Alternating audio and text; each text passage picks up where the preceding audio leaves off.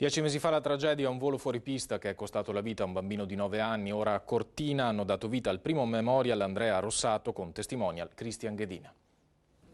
Un piccolo grande esercito di sciatori per il primo memorial Andrea Rossato, 680 gli iscritti alla gara dedicata al giovane sciatore mestrino che il 5 marzo dello scorso anno ha perso la vita sulle piste di Cortina a soli 9 anni. Alla speciale competizione sportiva sulle piste di San Vito di Cadore, organizzata dallo Sci Club Nottoli di Vittorio Veneto, per il quale gareggiava, hanno partecipato soprattutto giovani ex compagni che con la loro presenza hanno testimoniato il ricordo sempre vivo del piccolo campioncino.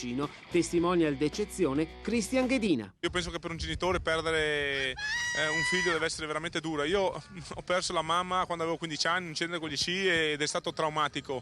Tra la commozione e la soddisfazione, il papà di Andrea, Mauro Rossato, che ha dato vita ad una fondazione che ha come obiettivo quello di diffondere la cultura della sicurezza e dell'educazione sportiva tra le nuove generazioni.